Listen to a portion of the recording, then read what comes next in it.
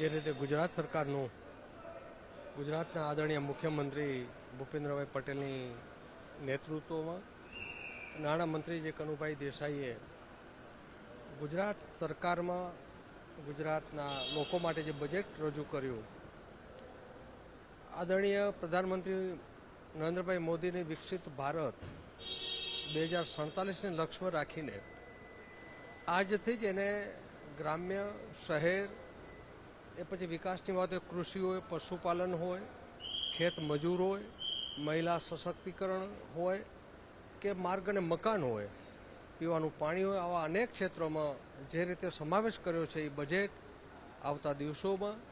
ગુજરાત માટે, ગુજરાતની જનતા માટે અતિ ઉપયોગી થશે. નાની નાની વસ્તુને પણ જે રીતે એક મહત્ત્વ આપવામાં આવ્યું, જ્યાં જરૂરિયાત છે ત્યાં,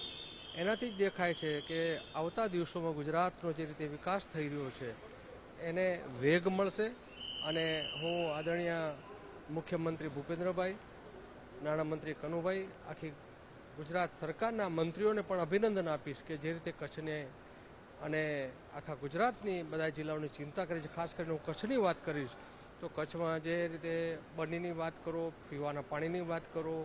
વધારાના પાણીની વાત કરો, અનેક સમાવેશ કર્યો છે. તો હું આ બજેટને એક